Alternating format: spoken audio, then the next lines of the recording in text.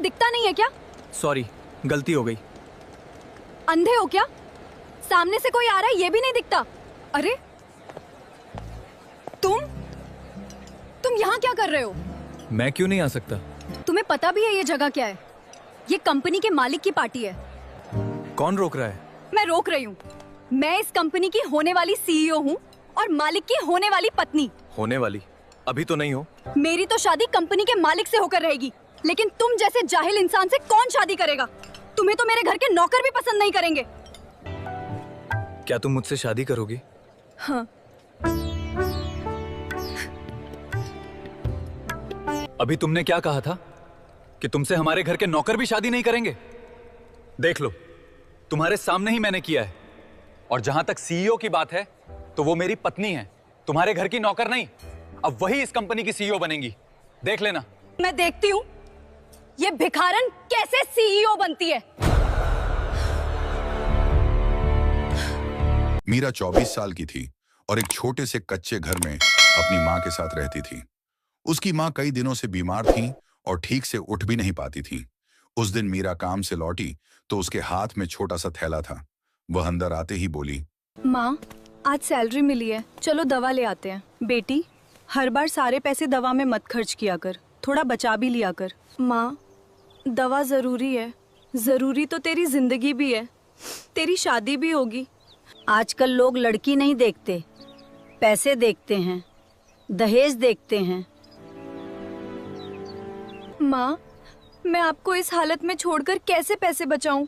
मैं ठीक हूँ, तू बस थोड़ा संभाल के रखा कर। माँ, आपने मुझे जन्म दिया है, मैं आपको ऐसे कैसे छोड़ दूं? मेरी शादी हो या ना हो मुझे उससे फर्क नहीं पड़ता, लेकिन आप ठीक रहनी चाहिए। आपकी दवा पहले आएगी, बाकी सब बाद में। तू बहुत सोचती है। आपके लिए सोचूंगी, नहीं तो किसके लिए सोचूंगी? चलो माँ, मैं अभी दवा लेकर आती हूँ। ठीक है, लेकिन जल्दी आ जाना। अगले दिन सुबह मीरा अपने काम पर पहुंच गई। वह एयरपोर्ट पर सफाई का काम करती थी। वह चुपचाप अपना काम कर रही थी, फर्श साफ करना, कूड़ेदान खाली करना, जैसे रोज करती थी। तभी सामने से एक लड़का तेजी से आता हुआ दिखा। उसके हाथ में एक कोट था। उसी समय दूसरी तरफ से एक लड़की भी आ रही थी, जिसका नाम शीला था। अचानक दोनों आपस में टकरा गए। कोट नीचे गिर गया और शीला के हाथ से कुछ कागज भी फर्श पर फैल गए। शीला ने गुस्से में कहा, तुम्हें दिखता नहीं है क्या? सॉरी, गलती हो गई। अंधे हो क्या? सामने से कोई आ रहा है ये भी नहीं दिखता? मैंने माफी मांग ली। माफी से सब ठीक हो जाता है क्या?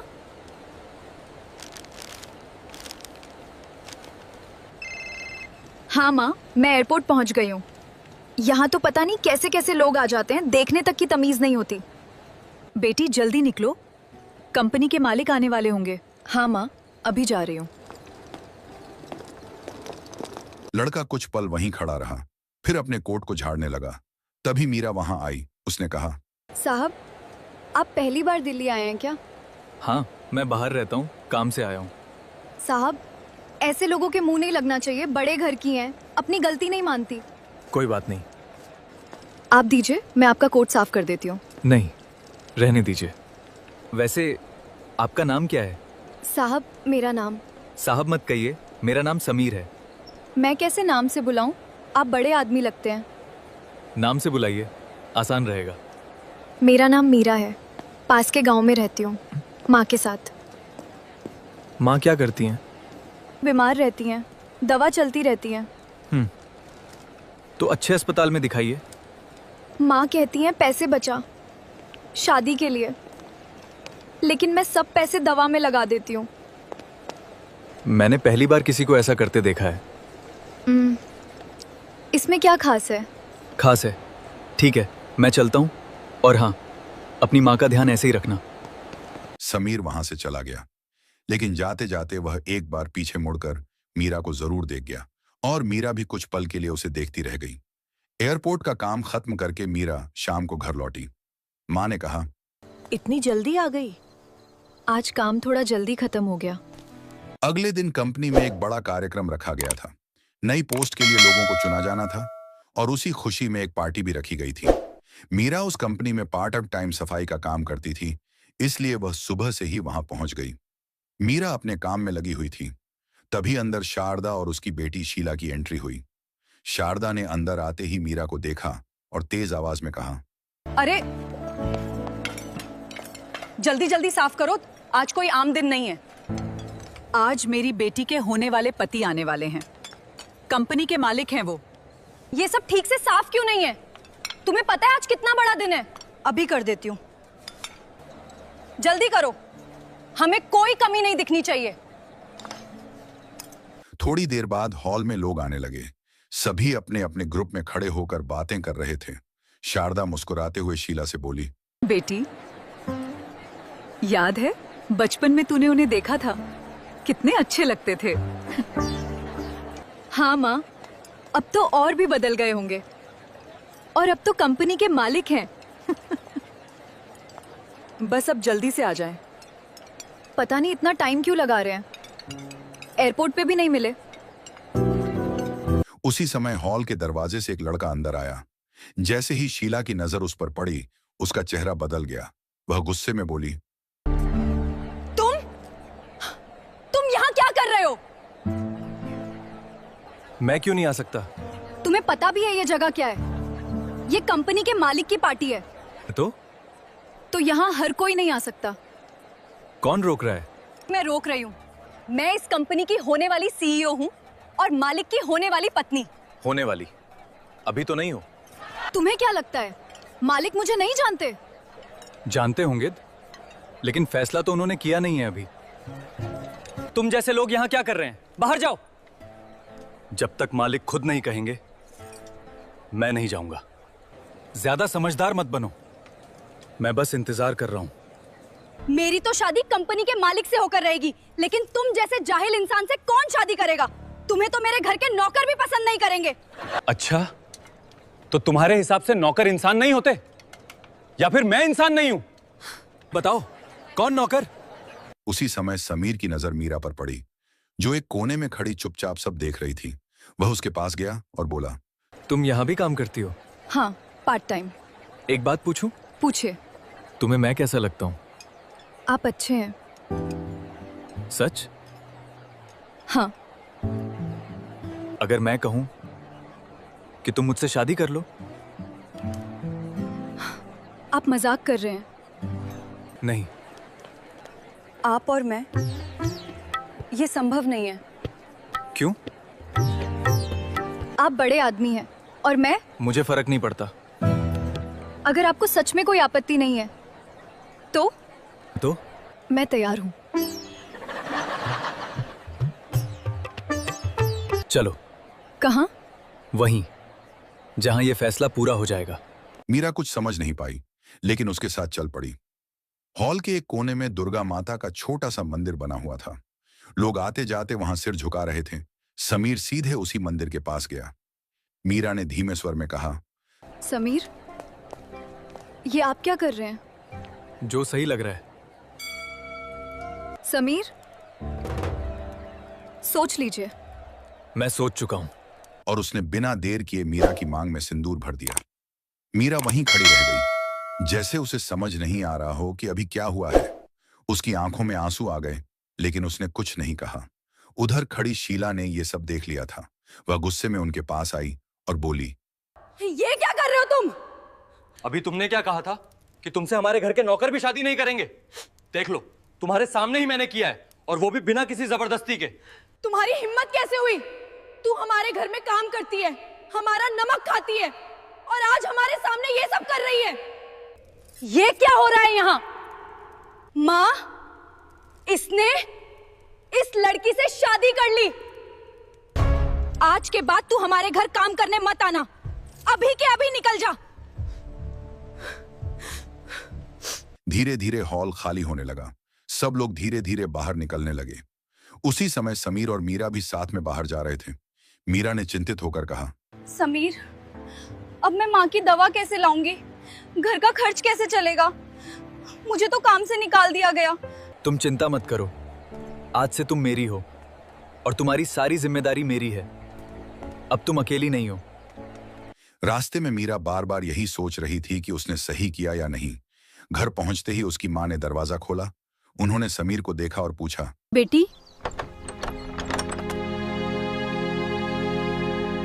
ये कौन है? माँ, ये समीर हैं और मैंने इनसे शादी कर ली है। बेटा, आपने जो किया उसके लिए मैं आपका धन्यवाद करती हूँ, लेकिन मेरी बेटी का ध्यान रखना। अब ये मेरी जिम्मेदारी है। बेटा, तुम क्या काम करते हो? माँ, जिस कंपनी में आज कार्यक्रम था और जहां कल सीईओ चुना जाएगा, उस कंपनी का मैं मालिक हूँ। समीर, आप माँ से कैसा मजाक कर रहे हैं? मीरा, मैं मजाक नहीं कर रहा हूँ, मैं सच कह रहा हूँ। क्या तुम्हें मुझ पे भरोसा नहीं है? भरोसा तो है, लेकिन ऐसी बात पे क्या कहूँ? तुम्हें यकीन नहीं हो रहा? क्या तुमने कभी कंपनी के मालिक को देखा है? नहीं, मैंने कभी नहीं देखा।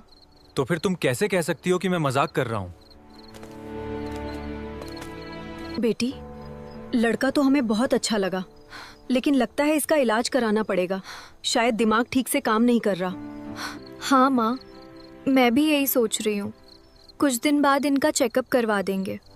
अगली सुबह समीर जल्दी उठ गया। उसने फोन उठाया और किसी को कॉल किया। उसने कहा, आज जो कार्यक्रम है उसमें 2 पास तैयार रखना, एक मेरे नाम और एक मीरा के नाम। ठीक है सर। आप कहाँ जा रहे हैं? आज तुम्हें सच दिखाऊंगा। कुछ देर बाद दोनों कंपनी के गेट पर पहुंचे। बड़ा सा गेट था और बाहर कई लोग खड़े थे। जैसे ही वे अंदर जाने लगे, तभी शीला और उसकी मां की नजर उन पर पड़ी। शीला गुस्से में बोली, अरे ओ भिखारन, तू अंदर क्यों जा रही है? और तेरे साथ ये अंधा भिखारी भी। पता है आज यहाँ क्या होने वाला है? आज यहाँ कंपनी का सीईओ चुना जाएगा और वो मैं बनूंगी। तुम्हारा यहाँ कोई काम नहीं है, निकलो यहाँ से। आप जरा इज्जत से बात कीजिए। ये मेरी पत्नी है और आपको किसने हक दिया इस तरह की भाषा इस्तेमाल करने का? अभी आप कंपनी की सीईओ नहीं बनी है और हमारे पास अंदर जाने का पास है। आप कौन होती है हमें रोकने वाली? समीर ने गार्ड को अपना पास दिखाया। गार्ड ने पास देखकर सिर हिलाया और कहा, आप अंदर जा सकते हैं। इसके बाद समीर और मीरा अंदर चले गए। दोनों अंदर आ गए। हॉल पहले से ज्यादा भरा हुआ था। सामने मंच लगा था और नीचे कुर्सियां लगी थीं। बड़े बड़े लोग अपनी जगह पर बैठ रहे थे। मीरा थोड़ा घबराई हुई थी। उसने धीरे से कहा, समीर, मुझे अच्छा नहीं लग रहा। हम यहाँ क्यों आए हैं? बस थोड़ा इंतजार करो। उधर शीला और उसकी मां भी अंदर आकर अपनी सीट पर बैठ गईं। शीला ने धीमे स्वर में कहा, माँ, आज सब ठीक हो जाएगा। मैं ही इस कंपनी की सीईओ बनूंगी। हाँ बेटी, मालिक तुम्हें ही चुनेंगे। आज हम इस कंपनी के लिए नई जिम्मेदारियों का चयन करेंगे। अब मैं कंपनी के मालिक को आमंत्रित करता हूं, श्री विजय प्रताप सिंह। कहाँ जा रहे हो? अभी तो मालिक आने वाले हैं। मैं अभी आता हूं। समीर, रुकिए।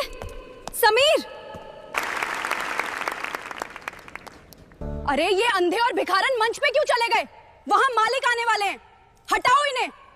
पता नहीं क्या समझते हैं अपने आप को। साहब, ये मेरे पति हैं। इनकी तबीयत ठीक नहीं है, कृपया इन्हें माफ कर दीजिए। ये खुद को कंपनी का मालिक बता रहे हैं।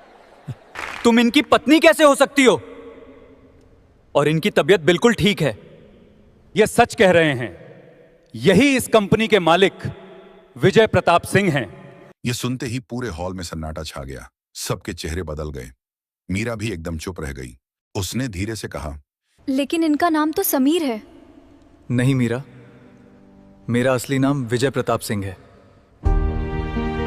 जब मैं एयरपोर्ट पे शीला से मिला था, उसने मुझे पहचाना नहीं, लेकिन मैंने उसे पहचान लिया था और उसने बिना कुछ जाने मुझे गलत समझ लिया। इसलिए मैंने अपना नाम छुपाकर तुम्हें समीर बताया और उसी दिन से तुम मुझे पसंद आ गई। शायद यहाँ बहुत लोग मुझे पहचानते नहीं हैं क्योंकि मैं ज़्यादातर समय बाहर रहता हूँ, लेकिन आज मुझे यहाँ आना ज़रूरी लगा। कल मैं एयरपोर्ट पे था और वहाँ मैंने कुछ देखा। मैंने देखा कि लोग किसी इंसान को उसके कपड़ों और हालात से पहचान रहे थे। और वहीं मैंने एक और इंसान को देखा जो खुद मुश्किल में होने के बावजूद अपनी मां के लिए जी रहा था। आज मैं यहां सिर्फ कंपनी के फैसले लेने नहीं आया, बल्कि यह तय करने आया हूं कि इस कंपनी में किस तरह के लोग जिम्मेदारी संभालेंगे। शीला धीरे धीरे बैठ गई, लेकिन उसका ध्यान अब भी मंच पर था। समीर ने कहा, सीईओ की जिम्मेदारी किसी ऐसे इंसान को मिलनी चाहिए जो सिर्फ अपने बारे में नहीं बल्कि दूसरों के बारे में भी सोचता हो। इसलिए आज मैं इस कंपनी की नई सीईओ के रूप में एक ऐसे नाम का चुनाव करता हूं जिसे शायद आप में से बहुत लोग नहीं जानते। हॉल में हलचल बढ़ने लगी। सब लोग एक दूसरे की तरफ देखने लगे। समीर ने माइक में साफ आवाज में कहा, मीरा। पूरा हॉल एकदम शांत हो गया। मीरा वहीं खड़ी रह गई। उसे समझ नहीं आ रहा था कि उसने सही सुना या नहीं। समीर ने आगे कहा, और एक बात और, जो लोग दूसरों की इज्जत नहीं कर सकते उन्हें इस कंपनी में जिम्मेदारी नहीं दी जा सकती। उसने मैनेजर की तरफ देखा और कहा, आज से मैनेजर अपनी पोस्ट पर नहीं रहेंगे, और जहां तक बात एचआर की है उसे भी बदल दिया जाएगा। शीला कुछ नहीं बोल पाई। उसका चेहरा पूरी तरह बदल चुका था। शीला अपनी सीट से उठकर सीधे समीर के पास आई। उसका चेहरा अब पहले जैसा नहीं था। गुस्सा कम था और बेचैनी ज्यादा थी।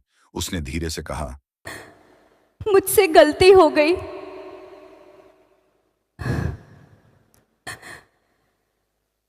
मैंने आपको पहचाना नहीं ने। मैंने मीरा के साथ भी गलत बात की। मुझे लगा पैसा और हैसियत ही सब कुछ होता है। अगर हो सके तो मुझे माफ कर दीजिए। माफी तब मायने रखती है जब इंसान अपनी गलती समझ ले। हॉल से बाहर निकलते समय लोग अलग नजरों से मीरा को देख रहे थे। जो लोग पहले उसे नजरअंदाज कर रहे थे, अब वहीं उसे ध्यान से देख रहे थे। लेकिन मीरा के लिए यह सब नया था। वह धीरे धीरे चल रही थी। अगले ही दिन समीर ने मीरा की मां का अच्छे अस्पताल में इलाज शुरू करवा दिया। मीरा अस्पताल के बाहर खड़ी थी। उसने समीर से कहा, इतना सब करने की जरूरत नहीं थी। जरूरत थी, और अब ये मेरी जिम्मेदारी है। धीरे धीरे दिन बदलने लगे। मीरा अब उसी कंपनी में एक नई जिम्मेदारी के साथ काम करने लगी। शुरुआत में उसे सब कुछ नया लग रहा था, मीटिंग, लोग, फैसले। लेकिन वह धीरे धीरे सब समझने लगी। हर दिन वह वही सोचती थी, जिस जगह मैं पहले सफाई करती थी, आज वहीं फैसले ले रही हूं। जिस इंसान के पास कुछ नहीं होता, अगर उसके पास सच्चाई और दिल साफ हो, तो वही इंसान एक दिन सबसे ऊपर खड़ा होता है।